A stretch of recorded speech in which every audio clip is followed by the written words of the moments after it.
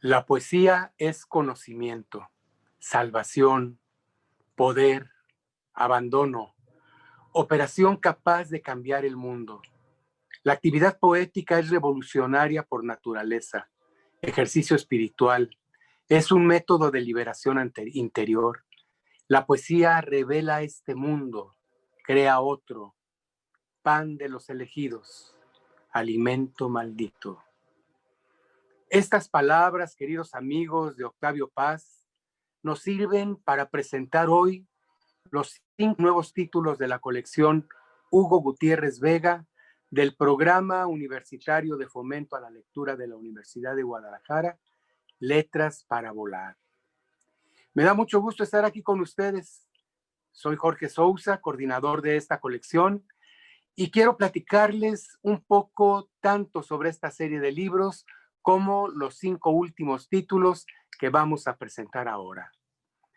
Les diré que esta colección llega en esta forma a los 40 títulos publicados y forma parte de las colecciones de Letras para Volar, programa que ha publicado casi 1 millón de libros en los últimos 10 años, para beneficio de miles de estudiantes de la Universidad de Guadalajara y de otras casas de estudios y de otros planteles y de la ciudad de Guadalajara y del estado de Jalisco, porque este programa tiene un enorme alcance y está dirigido a transformar la vida de las personas para hacerlas más ricas, para hacerla más fructífera y para hacerla más agradable.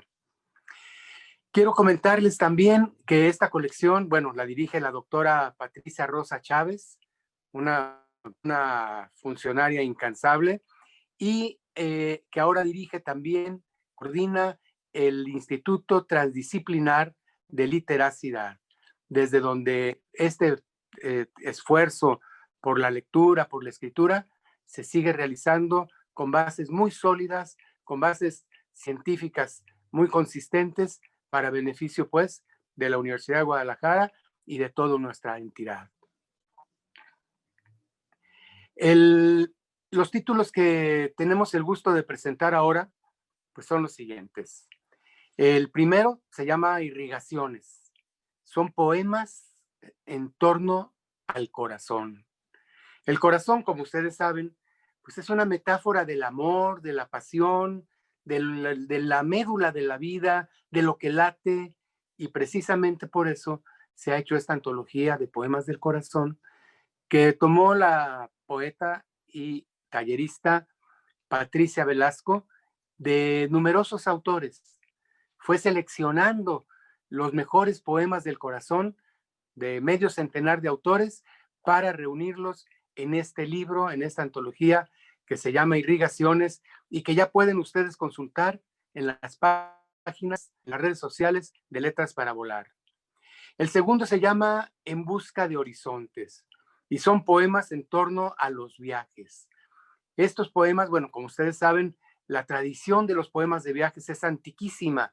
El mismo Homero, acuérdense ustedes de la Odisea, en la Eneida, los viajes, esa maravillosa forma de ver el mundo de otra manera, desde la antigüedad hasta nuestros días. Y fue el poeta Carlos Prospero quien hizo esta selección para esta antología llamada En busca de horizontes. El tercer tomo, el tercer libro de esta nueva serie, se llama Meras Cosas del Espíritu. Y lo recopiló, es una antología sobre poemas que hablan de la pobreza, pobreza física, pobreza emocional, pobreza mental, escasez, limitaciones y cómo también se superan estas. Y todo esto lo ha reunido la editora, correctora, mujer muy joven, una mujer muy joven que se dedica a las letras y que se llama Modesta García Roa. Trabaja ella en una forma impecable, muy bien todas sus realizaciones y dejó para nosotros, para esta colección, este título, Meras Cosas del Espíritu. El cuarto se llama El corazón de la madera y el viento y es una maravilla este libro. Este lo hicieron dos poetas muy prestigiosos, Raúl Bañuelos, quien ganó ya el Premio Jalisco en Letras, y Laura Solórzano, una poeta muy prestigiosa que ha publicado en diferentes editoriales importantes de nuestro país. Y ellos dos, a través de varios años, estuvieron recopilando poemas de árboles. Cómo veían los chinos, los poetas chinos, un árbol, cómo lo veían los poetas griegos, cómo lo veían españoles, cómo algunos mexicanos también nos hablan del árbol. Y todo esto es porque el árbol es un ser muy especial en nuestro mundo. Aunque a veces no lo vemos, él está ahí y, bueno, incluso hay quien dice, pues es más perfecto que el ser humano, porque él ya no tiene que desplazarse, él ya no tiene que correr para trabajar, él ya superó el dolor, ya no le duelen las cosas, él ya se alimenta directamente de la madre tierra y recibe la nutrición para realizar sus funciones de fotosíntesis del sol y fotosíntesis del sol, y entonces vivir con sus brazos levantados como si fuera una oración perenne, dice algún poeta. Entonces, y el último de los 5 títulos se llama Sueños sin fin. Es un libro de poetas en torno a los sueños, de poemas en torno a los sueños. Y estos poemas en torno a los sueños son, vienen también de una larguísima tradición. Acuérdense ustedes que desde Calderón de la Barca, desde antes, pero Calderón de la Barca con aquel bellísimo poema de La vida es sueño, aquel libro La vida es sueño, pues nos deja esa sensación de que los sueños y la vida están entremezclados y que nunca sabremos si lo que estamos viviendo es un sueño o es realmente la vida. Acuérdense de aquel otro poeta chino que dice que un día se durmió y soñó que era una mariposa y cuando despertó no sabía si era una mariposa que soñó que era él o si era él que había soñado que era una mariposa, ¿no? Entonces este libro reúne como 60 o 70 poemas acerca de los sueños. Y con esos 5 libros se enriquece pues la colección. Llega a 40 títulos. Los primeros 20 los coordinó, los dirigió Hugo Gutiérrez Vega y su queridísima esposa Lucy Ruiz de Gutiérrez Vega. Ellos, primero Gutiérrez Vega, lamentablemente hace 5 años partió en el viaje que no tiene retorno y entonces Lucy se quedó a cargo de la colección y ella coordinó la publicación de los siguientes 10 títulos. Lucy siguió a su querido Hugo al otro mundo y entonces la doctora Patricia Rosas me hizo el favor de ofrecerme a mí coordinar esa colección. Yo, que admiro muchísimo a Hugo, fue un gran maestro para mí, maestro de poesía, maestro de vida, y quería muchísimo también a su esposa Lucy. Y yo lo tomé este ofrecimiento con muchísimo orgullo y estoy coordinando pues esta colección que ahora está editando antologías temáticas. Y bueno, pues las cosas, quiero terminar pues esta breve presentación comentando algo sobre la poesía de Hugo Gutiérrez Vega. La poesía de Hugo Gutiérrez Vega fluye sin tropiezos. Es coloquial, su tono es suave y sostenido y cubre el corazón de quien la escucha, de quien la lee, hasta saciarlo. Su ritmo consistente y sereno deja en el oído la contundencia líquida de sus evocaciones. El lenguaje que le da cuerpo está tejido finamente y su textura fonética utiliza un código sonoro que traza equilibrios, iteraciones, contrapuntos y los conjuga en una arquitectura de media luz, en donde se revela a través de una sintaxis clara y estructurada el juego de los significados, el florecimiento semántico del texto en perfección de las simetrías verbales. Las cosas entonces, sin dejar de ser ellas, son también otra cosa, esas que revela la palabra poética al nombrarla y las transforma, integrándolas al universo que despliega el texto. En ese marco, el lector encuentra en el poema los elementos que le permiten acceder a la visión que emerge y en el espacio de la lectura para enriquecer nuestra vida, para modificarla. Y termino leyendo precisamente un poema de Hugo Gutiérrez Vega en el que se refiere al sueño y en el que toma la vida como si fuera un sueño. Se llama precisamente El tránsito del sueño. Y dice así: damos el primer paso fuera de nuestro yo. Caminamos palpando los muros de una galería que no termina nunca.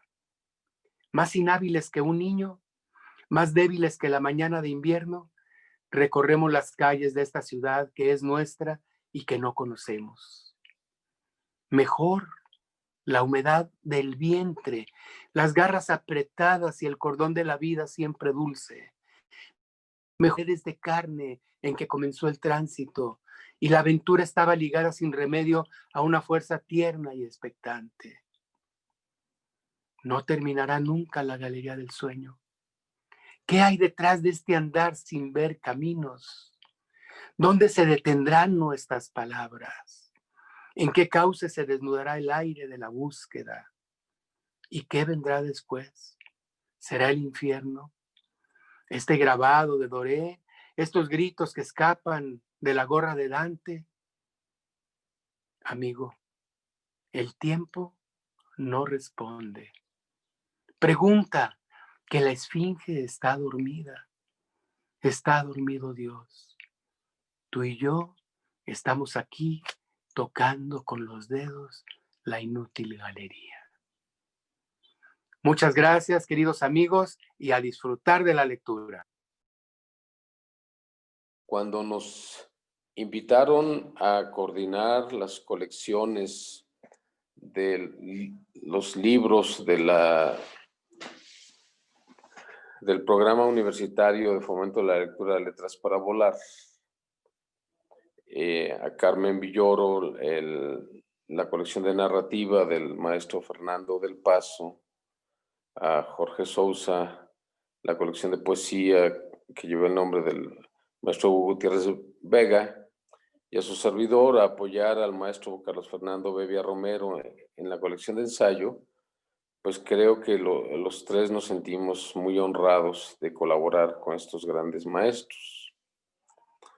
Y desafortunadamente la vida pues nos arrebató a los tres en un periodo muy breve, ¿no? Y a partir de entonces, pues cada uno de nosotros ha heredado el legado del espíritu y el enorme conocimiento de estos maestros para cada una de estas colecciones. En particular, yo quiero decir que en esta nueva etapa de la colección de ensayo, hemos buscado perpetuar no solo la memoria, sino el espíritu y el pensamiento del maestro Carlos Fernando Bebia con estos 5 volúmenes que ahora presentamos. Y hemos buscado básicamente 2 cosas: mostrar la riqueza del pensamiento y la reflexión en diferentes ámbitos, desde lo nacional hasta lo universal, y pues mostrarle a los jóvenes que son nuestros lectores una amplia variedad de gamas, de épocas, de estilos y maneras de pensamiento. De manera que esperamos que esta miscelánea que tenemos para ustedes en estos 5 volúmenes les represente pues una aventura de conocimiento, una gran diversión y disfrute de la lectura de estos autores. Y bueno, comentaré que el primer volumen de esta nueva etapa de la colección es del maestro Godofredo Olivares, un conocido escritor radicado ya de hace mucho tiempo en Guadalajara, que participa con una extraordinaria colección de brillantes textos que se llama De pies a cabeza, en la cual él con una gran fluidez y un texto muy ameno, nos cuenta cómo se han visto las distintas partes del cuerpo humano, empezando desde los pies y subiendo a través de la anatomía humana hasta llegar a la cabeza, en distintas épocas de la historia, por distintos pensadores, filósofos, escritores, narradores, poetas, y cómo se ha ido viendo la anatomía del cuerpo humano a lo largo de los años, desde la antigüedad hasta los tiempos actuales, y qué tipo de reflexiones han merecido a literatos, filósofos, historiadores en las distintas partes del cuerpo. Es un libro enormemente ameno. A seguido de Godofredo Olivares tenemos un excelente, es una pequeña joya que nos ha brindado Juan Villoro, el conocidísimo narrador, ensayista, periodista, promotor cultural, etcétera, con todos los etcéteras que tiene Juan Villoro de su amplísima trayectoria, y que nos comparte 3 ensayos pequeños y magistrales, ¿verdad? El primero es una reflexión muy honesta, muy abierta, muy fluida y muy amena sobre el arte de escribir y sobre las dificultades que pasa el escritor, el creador, en su solitario escritorio, en su mesa de trabajo, y cómo se vive el oficio de la escritura. Es algo que, bueno, además a quienes nos dedicamos a las letras, pues nos llega directo al corazón, pero para un joven que quisiera conocer cómo se vive por dentro la hechura de los libros que tanto le disfrutan, creo que es una lectura obligada. Después, el segundo ensayo de Juan Villoro es una reflexión por supuesto, muy bien documentada, muy sólida, sobre el Quijote como una obra de frontera, o es decir, de todas las fronteras por las cuales transita la gran obra monumental. Ya sabemos que la que se considera por muchos la más importante novela del idioma español, la que de alguna manera creó el género de la novela moderna, y todo lo que se ha dicho acerca del Quijote. Siempre se piensa que ya se ha dicho todo precisamente, y Juan nos recuerda que cada lectura individual del Quijote es una reflexión única y que no se comparte con nadie, y él nos muestra lo que para él ha sido la lectura y relectura de la gran obra de Cervantes.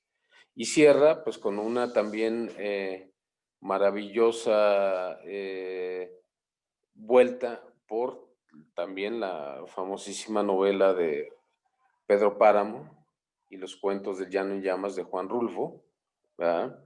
Y pues recordándonos cómo es el universo rural y a la vez universal de Juan Rulfo, y todas las trampas y ataduras de las cuales Rulfo llenó su obra para estarnos engañando, para estarnos envolviendo, hacernos creer cosas que no existen y haciendo existir cosas que no son a veces creíbles.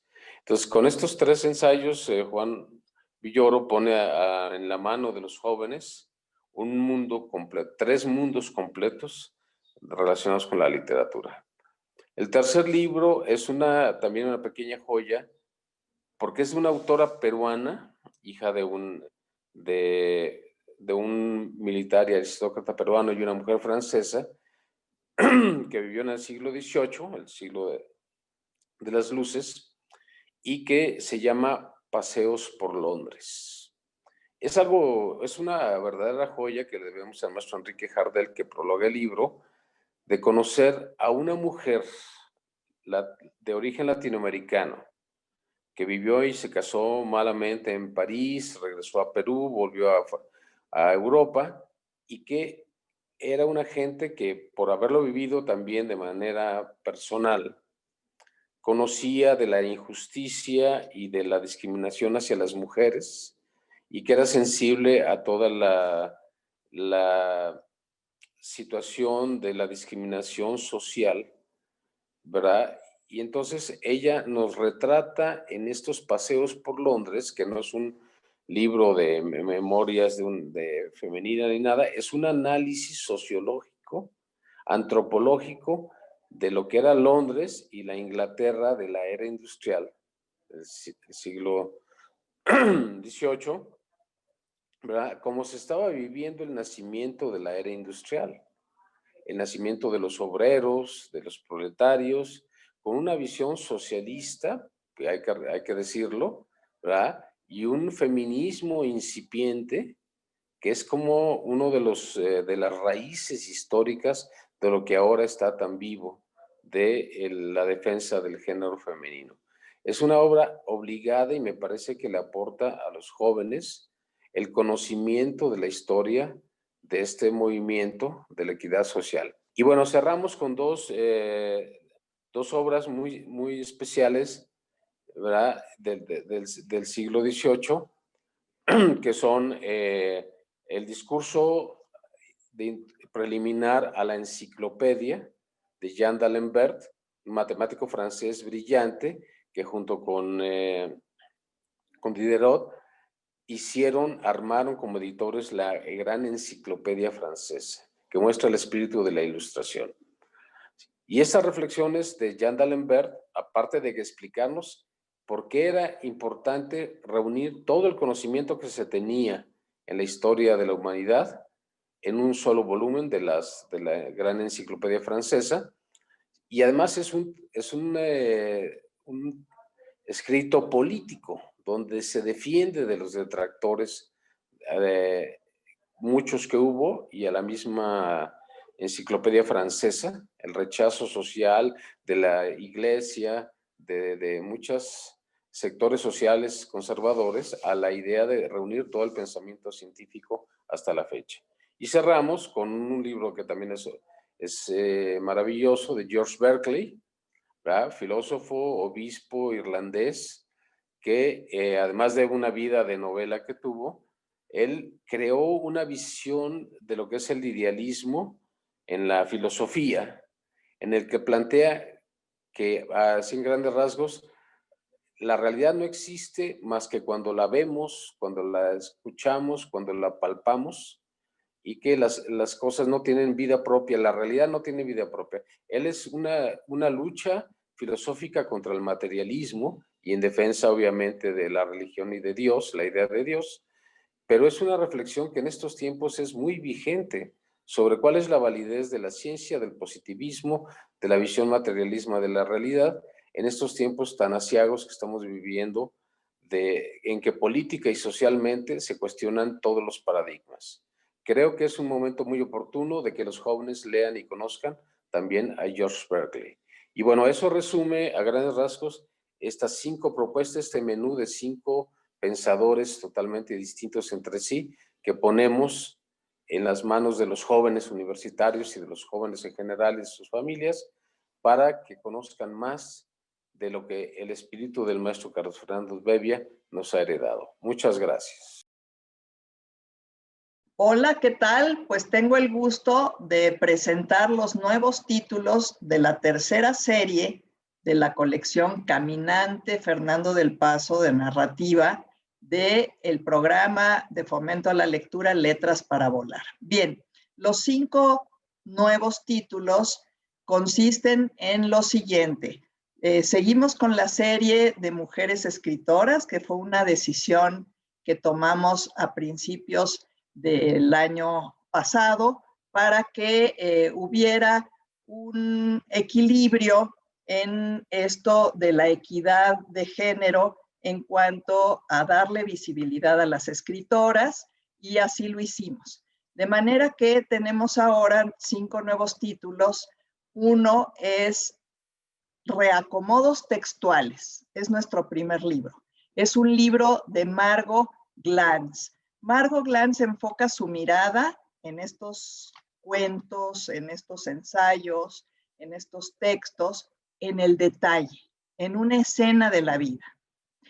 Pero esta instantánea es parte de una realidad más amplia que el lector se ve tentado a completar, porque el fragmento que toca Margot Glantz siempre es revelador, como si fuera la clave para entender un discurso más amplio, o la prueba del delito, o la pieza que completaría el rompecabezas de una escena prohibida. Lo raro, lo diferente, lo extraordinario, lo absurdo, hacen de la prosa inteligente de Margot Glantz una experiencia rica y singular en la que bien valdrá la pena sumergirse. Bueno, Margot Glantz, todos sabemos que es una gran escritora, ensayista, crítica literaria y académica mexicana y que ha escrito muchos libros. En este librito hicimos una selección de su libro Genealogías, de su libro Saña, e incluimos 2 ensayos sobre Sor Juana Inés de la Cruz, porque ella es una muy acuciosa y estudiosa sorjuanista. El segundo libro que vamos a tener en esta serie son los cuentos darwinianos de Rosa Beltrán.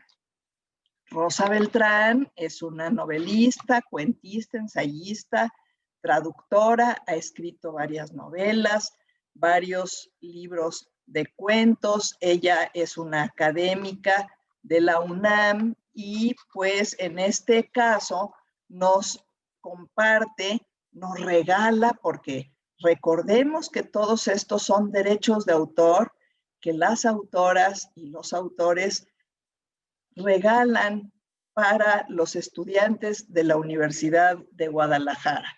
Bien, pues estos cuentos darwinianos, su nombre lo dice, vienen de esta obra fundamental de Darwin, que es El origen de las especies. Rosa Beltrán nos muestra, con la ironía que la caracteriza, que caracteriza su escritura, que las conductas humanas están regidas por las leyes de la biología. En estos cuentos, los instintos animales se manifiestan de las maneras más sofisticadas que hemos diseñado para creer que somos seres evolucionados. Pues bien, el tercer título es un título que tiene por nombre Los zapatos en círculo, de Alicia García Bergua. Alicia García Bergua es una poeta que ha escrito varios libros de poesía y ustedes me dirán por qué está en una colección de narrativa.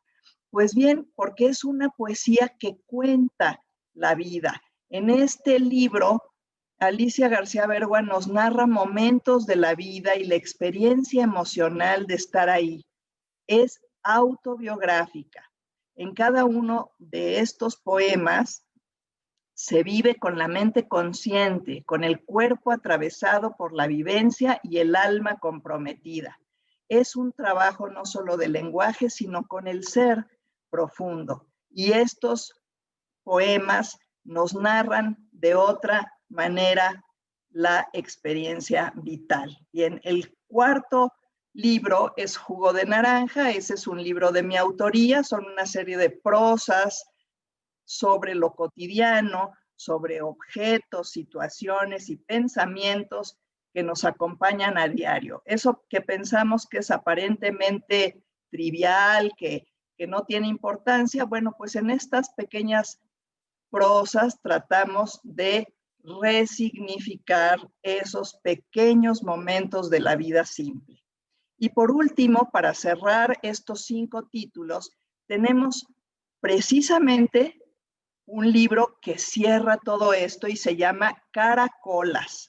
Caracolas, de Sara Pot Herrera, habla de las escritoras mexicanas. Entre sus escritos de este libro, pues van a estar referencias a precisamente algunas de las escritoras que ya nombré, Rosa Beltrán, Margot Glantz, pero también va a hablar de Sor Juana Inés de la Cruz, de Elena Poniatowska, de Amparo Dávila, de Nelly Campobello y de algunas otras escritoras. Así que con esto se cierra nuestra serie de mujeres en la literatura, mujeres mexicanas que están muy necesitadas y muy contentas de ser leídas por todos los estudiantes.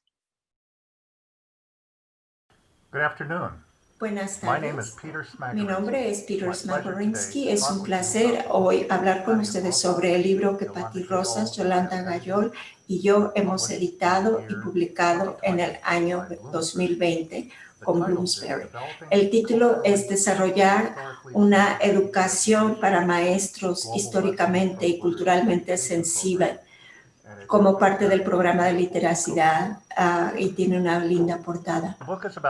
El libro se trata de Letras para Volar, un programa de educación en literacidad de la Universidad de Guadalajara. Letras para Volar se desarrolló para tratar las brechas que hay en literacidad entre la gente de México.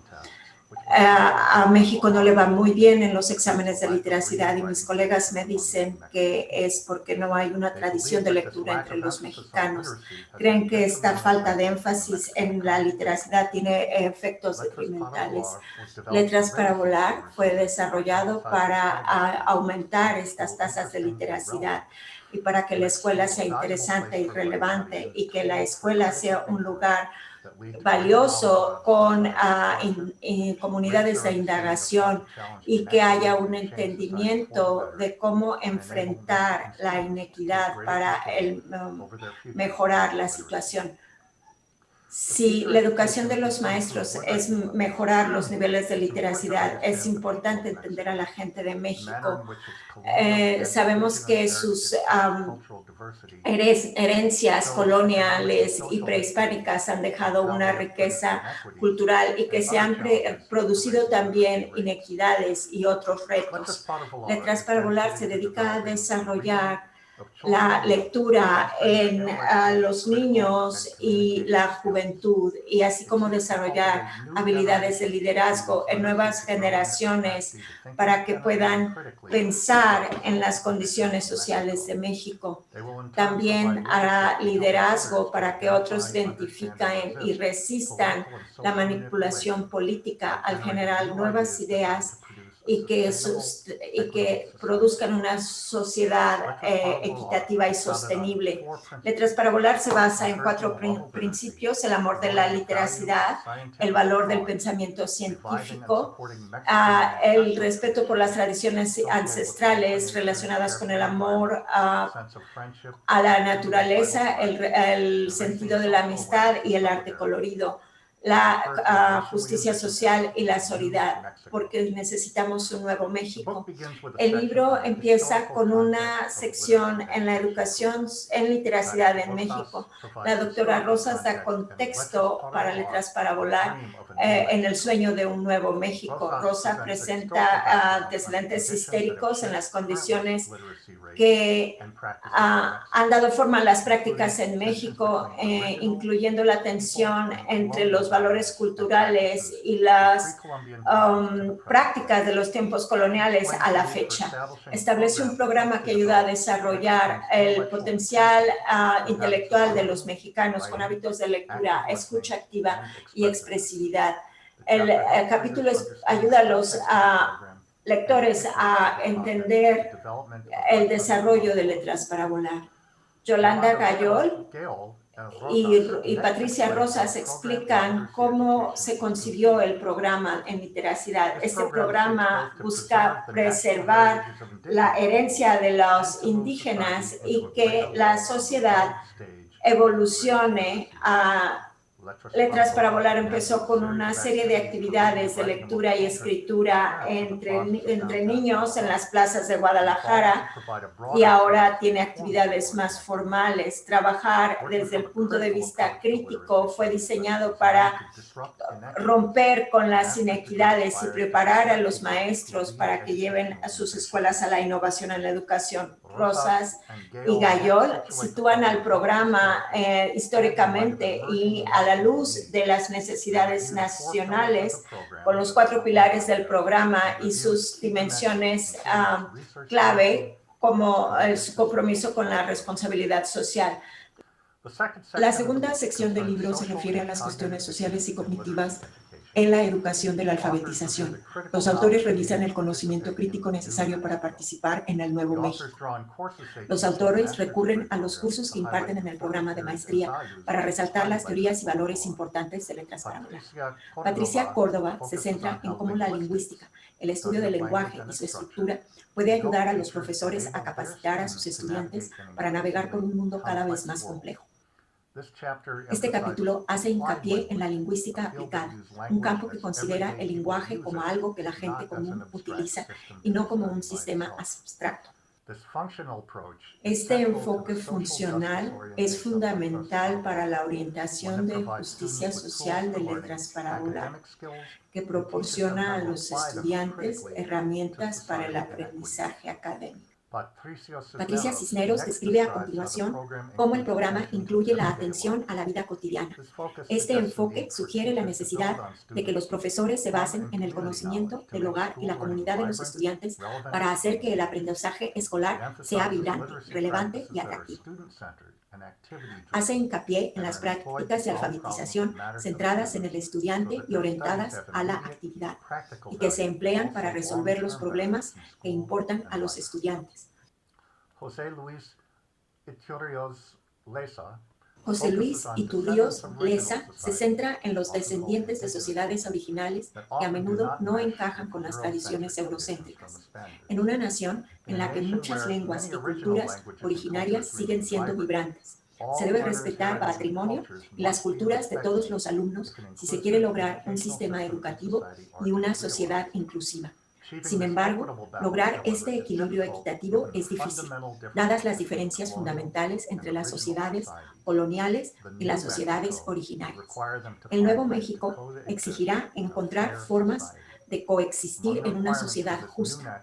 Entre los requisitos de esta nueva cultura nacional figurará una concepción pluralista de la literacidad que aborde la diversidad en sus múltiples formas y prácticas. En el último capítulo de esta sección, Rodrigo Ramos Zúñiga detalla cómo piensan las personas cuando se dedican a las prácticas de literacidad. Explora la forma en que la biología participa en los procesos cognitivos. Saber cómo el pensamiento letrado da forma a la cognición ayuda a los maestros a comprender cómo las prácticas de literacidad permiten nuevas formas de pensamiento y nuevos enfoques para interactuar socialmente. Comprender cómo la alfabetización mejora otros dominios cognitivos a medida que sus mentes desarrollan los procesos de pensamiento y competencias sociales. La parte 3 incluye 2 capítulos sobre la literacidad y la educación en ciencias, tecnología, ingeniería y matemáticas. Luis Gutiérrez afirma que un programa de literacidad debe abordar el papel de la tecnología. Este capítulo explora la intersección de la tecnología y la alfabetización. Proporciona un breve relato histórico de la tecnología en la sociedad y traza su incorporación en los procesos de aprendizaje. Estos incluyen las habilidades analíticas y reflexivas necesarias para el uso discriminatorio y responsable de la tecnología. En este capítulo se sitúa la tecnología en un marco más amplio de justicia social que requiere que la educación tecnológica atienda no solo a la facilidad de uso de los dispositivos, sino a la comprensión de sus consecuencias sociales y culturales. A continuación, César Lozano considera lo que México debe hacer para crear una infraestructura tecnológica para que el nuevo México prospere. Los alfabetizadores deben abordar la brecha entre las pedagogías tradicionales anteriores a la digitalización y la enseñanza a través de las tecnologías emergentes. Este capítulo se ocupa tanto de la formación de los docentes como de los factores sociales más amplios que limitan lo que pueden hacer los maestros. La infraestructura es tanto social como tecnológica, lo que sugiere que los educadores deben alejarse de las culturas solitarias e individualistas de aprendizaje memorístico que tradicionalmente han caracterizado la instrucción escolar en México. La cuarta parte está dedicada a la investigación y evaluación en Letras para Volar. César Correa esboza el papel de la investigación de acción de los maestros. Correa revisa la historia de la investigación de acción, que es una forma de investigación diseñada para ayudar a los maestros a encontrar soluciones a sus propios problemas. La investigación-acción es un componente especialmente valioso de un programa de educación de literacidad basado en la teoría crítica y orientado a la justicia social. La postura crítica de Correa implica la identificación de la inequidad, de la deconstrucción de sus textos y su estructura, la división de alternativas y el trabajo por una reforma social equitativa a través de la investigación-acción. Marta Vergara y José Méndez explican a continuación las perspectivas teóricas y metodológicas que hay detrás de las formas particulares de estudiar los efectos de la literacidad. Encuentran valor en la investigación narrativa, etnográfica y docente como formas de evaluar los efectos del programa. Para evaluar el programa, argumentan, se necesitan múltiples métodos de evaluación. Si la reinvención de la educación de los maestros va a ser válida, entonces es fundamental evaluarla de manera auténtica. Este capítulo revisa los métodos que se emplean para estudiar los efectos de letras parábola.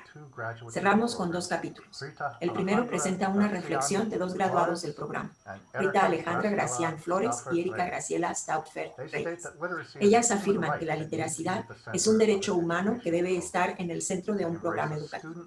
Adoptan un enfoque centrado en el estudiante que valora a los individuos y los enfoca en el contexto de su hogar y de su vida social, siendo la transformación individual y social el objetivo final de la educación.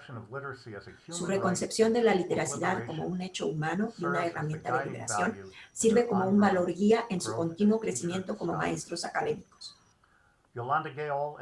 Yolanda Gayol y yo terminamos con una breve reseña de la iniciativa de creación de redes que Letras para Volar ha comenzado como un medio para construir conocimiento a través de las fronteras. Se ha invitado a colegas de la Nación del Norte y del Sur a participar en las actividades de Letras para Volar. Describimos algunos proyectos de cooperación que han sido retrasados por el coronavirus, pero que esperamos revivir cuando sea seguro hacerlo. Estoy orgulloso de ser parte de Letras para Volar.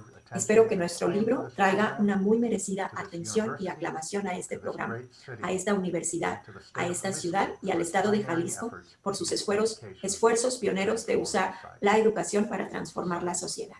Thank you very much, and I hope to see you in Guadalajara before long.